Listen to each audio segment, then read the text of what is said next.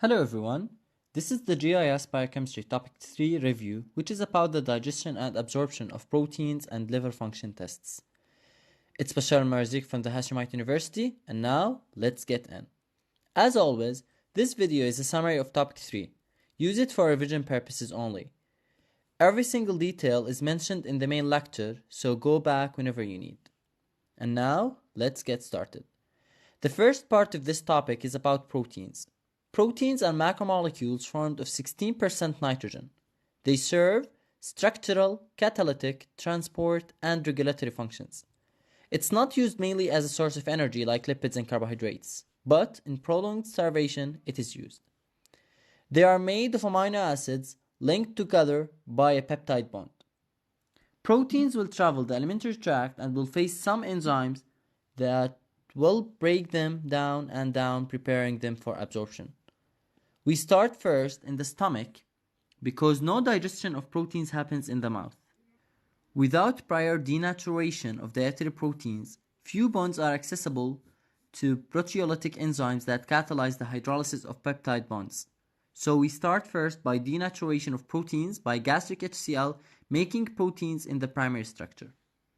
After that, the enzyme pepsin, which is an endopeptidase, will act on acidic and aromatic amino acids such as glutamate and tyrosine respectively. This enzyme is an important one. It is the main enzyme for proteolysis and will activate some other enzymes which will be discussed next slide. Gelatinase is another enzyme used to break down gelatin. And lastly, renin, which is an enzyme found in infants only, is used to form cheese clots by acting on casein in the presence of calcium ions. This will make the baby feel full. Moving down to the intestines, proteins are digested using enzymes found in pancreatic and intestinal secretions. For pancreatic secretion, we have 3 endopeptidases and 1 exopeptidase. These enzymes are trypsin, which acts upon basic amino acids like arginine, chymotrypsin or chymotrypsin, which acts just like pepsin, elastase, which acts on small amino acids such as glycine and alanine, carboxypeptidase, which is an exopeptidase. For intestinal secretion, we have 1 exopeptidase, which is aminopeptidase. Also, we have tripeptidase and dipeptidase, which break down tripeptides and dipeptides respectively. Here is another summary, but we are concerned about how these enzymes are activated from zymogens or bro state. First, pepsinogen is activated by HCl and by already activated pepsin. Trypsinogen is activated by enteropeptidase enzyme and by already activated trypsin. Chymotrypsinogen, proelastase, and procarboxypeptidase are activated by trypsin. After having proteins ready to be absorbed as amino acids, we initiate mechanisms to transport based on the type of amino acids. For L amino acid, where the amino group is on the left, we use a special mechanism in which it is dependent on sodium. This method is a secondary active transport which is in need of ATP. For D amino acid, where the amino group is on the right, simple diffusion is the key. Lastly, some amino acids are absorbed by a way of glutathione-dependent transporter, or this transport system is for the uptake of amino acids from the intestine, kidney, and brain. Its operation requires 5 enzymes. 1 is membrane-bound and 4 are cytosolic. And we need also for ATP, 3 ATPs are required for each amino acid translocation.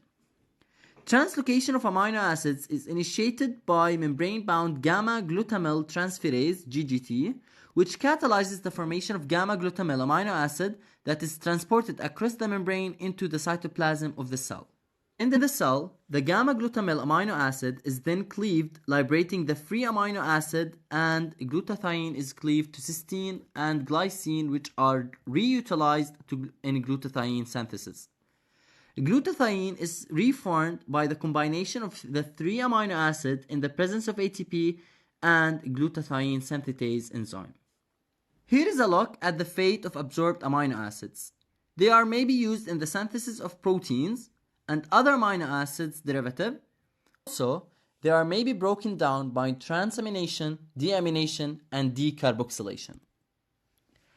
For the defects, we have allergies to food proteins in adults due to intestinal absorption of proteins by endocytosis, which is normal in infants.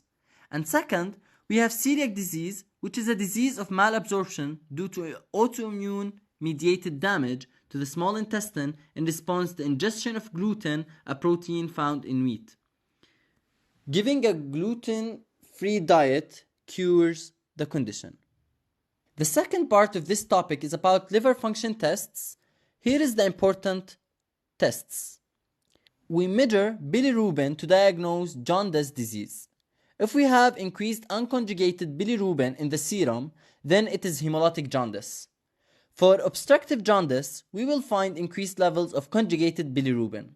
In cases of hepatocellular jaundice, conjugated and unconjugated bilirubin are increased. The following table summarizes the related tests to protein metabolism.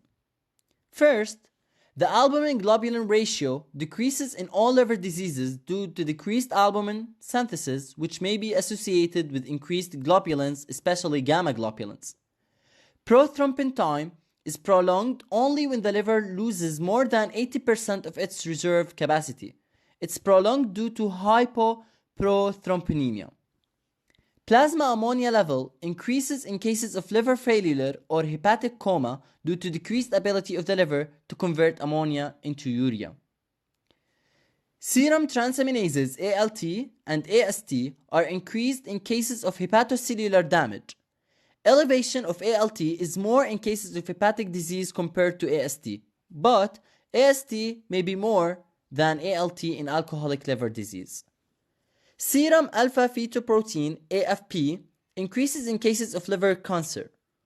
Low AFP is seen in maternal serum in cases of fetal Down syndrome. Very high levels of alkaline phosphatase ALB are noticed in patients with cholestasis or hepatic carcinoma. That's it for today. Stay safe and I will see you next time.